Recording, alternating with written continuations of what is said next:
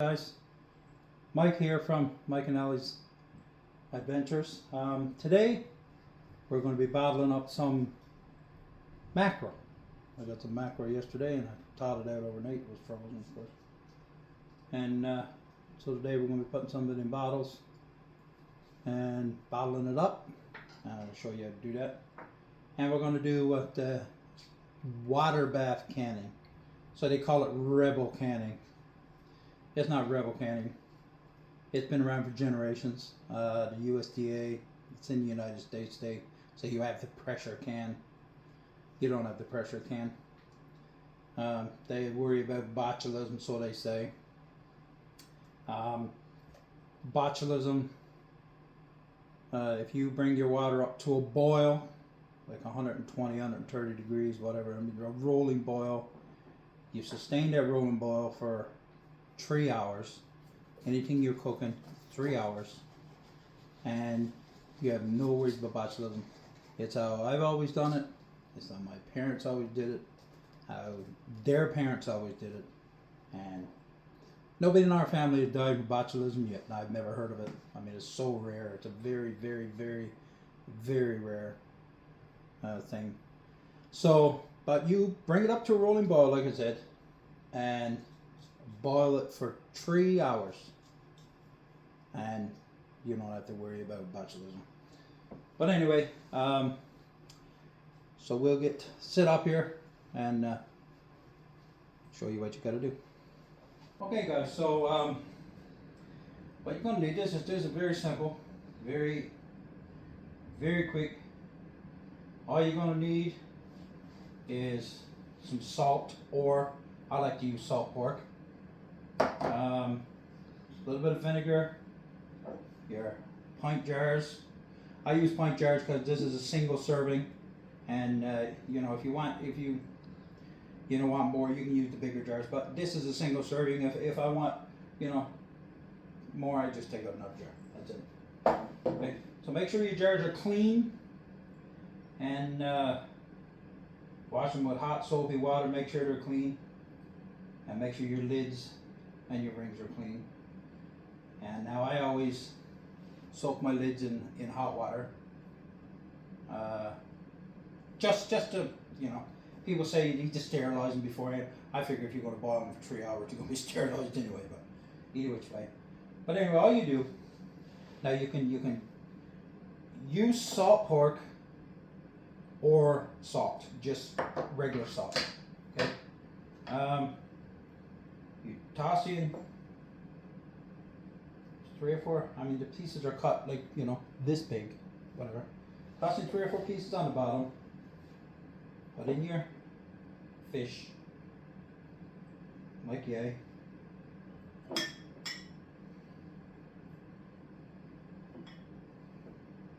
Push it down in there. Get as much in there as you can get in there because, this stuff's good. Now, as far as I'm concerned, mackerel is the best fish in the sea, but in any water, to tell you the truth. But that's just me. That's just me. And then you fill it up, right around where the neck is. If you can't get it right up there, you can, pretty close as you can get it. I might be able to get another small piece in there. I don't think so. Try this little tail piece, I guess. Shove that in there. There you go. Now you don't want it above the rim because you're going to fill it up to there with water. Okay? And I'll be back when I get this all into jars. Oh, sorry, before I go, just toss a couple more pieces of salt pork, maybe another 3 pieces or something, on top of there. Stick it on there like that. There you go. And when I get this all into jars, I'll be back and I'll show you next step. Okay, guys. Just one more thing too. I forgot to mention at the beginning. When you put this in, you pack it down as tight as you can get, like as much of this in there as you can get. Because the less air you got to get out of this, the better. Because if you leave air in here, it ends up, of course, drops the water level. And, you know, I mean, the pressure that you build up in here, and there's going to be a lot of pressure in here. And the pressure you build up in here is going to force all the air out before it seals the bottle. And so the more air you leave in there that's forced out, then your water level drops. So you don't want that. But anyway, pressure can. People say USDA says, oh, you can't water bath can. It's not safe. It's not this. It's not that, because of botulism or whatever. But you got generations that have been doing this. Before ever the government tried to get their hand in your pocket, force you to buy these expensive machines to pressure can and all this stuff so they can get their little bit of money. Here in Canada, we don't have to worry about it, but just in case you're from the United States, I guess a disclaimer. This is not USDA approved or anything, but here in Canada, they have no such restrictions. But they say it's because of botulism, but if you boil something, a roll and boil, you know, or as we call it in Newfoundland, boil and gallops. If you cut a roll and boil for 3 hours, nothing's going to survive, okay? No bacteria, no nothing, everything in there is going to be killed, it's going to be dead, so, you know.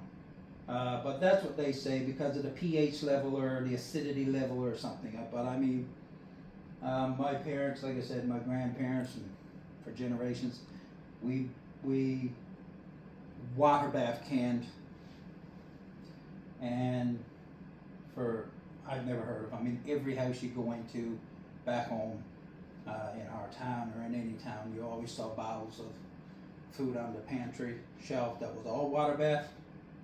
And I've never heard of botulism ever growing up. Never even knew it was a thing. Nobody ever got sick from eating it. I mean, if there's any problem, you know, you take the lid off, the thing pops. You know, it's not sealed, you throw it away. If it smells bad, you throw it away. You know, you don't go in and your lid is up. You know, I mean, common sense would tell you if this lid is off, is loose, is not sealed properly, you don't eat that food, right? You throw it away. If you open it up and it smells off, it smells bad, like it's gone rancid, throw it away. Don't take any chances of getting sick or anything, just throw it away. But very, very rarely, like I said, I've never had to throw away food because it was sealed properly and went bad. I've never had to do it. I've never heard of anybody who had to do it. But anyway, I'm just letting you know. And when you pack these in, like I said, pack as much in there as you can get up to about this level.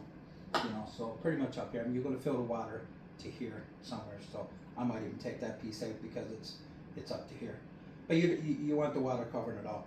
But anyway, so I just want to let you know that. And so I'm going to finish this up. We have some more fish over here. We're going to have a few more bottles, and I'll get back to you. Now I got the meat packed in the bottles as much as I can get in there. And so what we have to do now is fill these bottles up with water. Okay guys, so as you can see I got as much meat packed in there as I can get in there. So now what we got to do, we got to take our funnel, set it on top there, and this funnel is a good funnel. It's designed that you can put it on the small ones, and I think you can also put it on the larger lids, the bigger jars, because you got room here to sit it. And now preferably, I usually when I'm doing fish, especially fish or meat or whatever, I like to use the wide mouth jars, but I didn't have, but that's neither here nor there right now. But so now just fill this up with water up to the neck. Now you got lots of air down there, lots of space between the fish, so you can fill it all the way up. And then you take this little bobby jogger. It's a debubbler. You go down and around your fish, And you get your, see all that air? Right, you don't want that in there. Right, you don't want any of that air down and around your bottle. Now,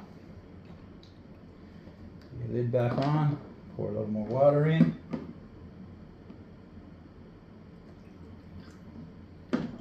And repeat the process until you have no air left.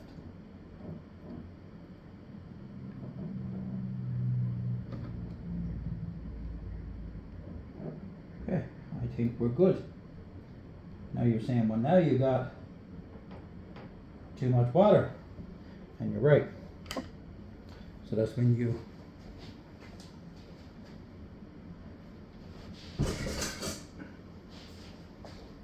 yourself a bowl or whatever. Pour some of that water out. Now, you're good here. You want about 3/4 or an inch of headspace. So about like this, okay? Your meat is here, your water's here, your water's covered in meat. It's good. So you're doing pretty good. And you can see there's no air in that bottle anywhere. And that's good. That's how you want. So I'm gonna finish these up, guys. Actually, you know what? I'm gonna finish showing you exactly what you gotta do with this bottle. And then I'll finish them all up and get back to you. So you take some vinegar, and vinegar is a very good sterilizing agent, and you take it, you just go around your top like this, make sure your top is nice and clean, because you don't want any debris in there. You don't want anything that's going to stop your lid from sealing. Okay, then you take this guy, it's a lid lifter, you go in here, and these lids have been in the hot water, and you put them on like this, and you put this fingertip tight like that. You don't tighten, only as much as you can do with your fingertips. Don't crank it on, just fingertip tight, that's it. And okay, so you make sure you got all your air out. You leave an inch of head space, 3/4 of an inch, whatever. People, you get these measures, stick things. You go down in there. Just the bottom of this is about an inch. You go up, I mean, you can gauge about 3/4 inch. But anyway, so I'm gonna finish this up, and we'll get back to you, and when we're ready to put them in the pots.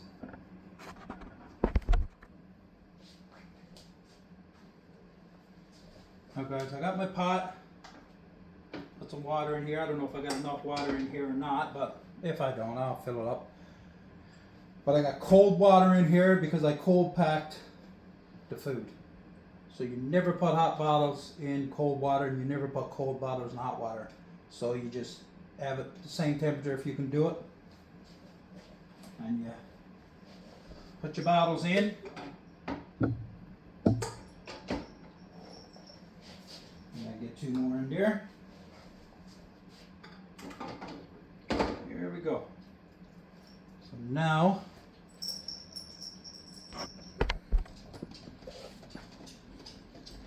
you want about 1 to 2 inches of water above your bottles. Then you bring that to a rolling boil, and once it's at a rolling boil, then and only then do you start your timer, and you time it for 3 hours.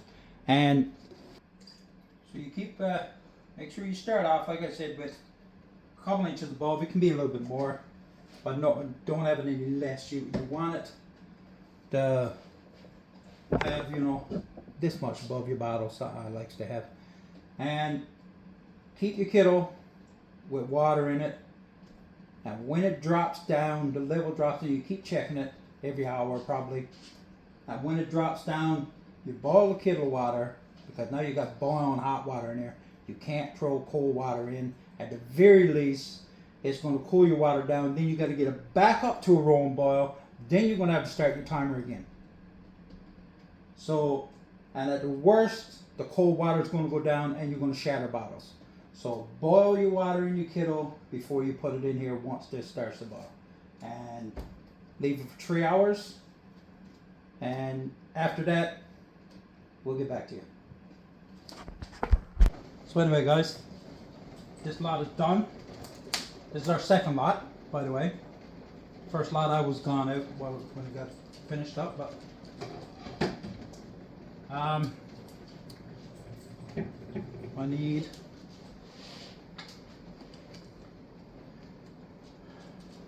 our jar lifters. Now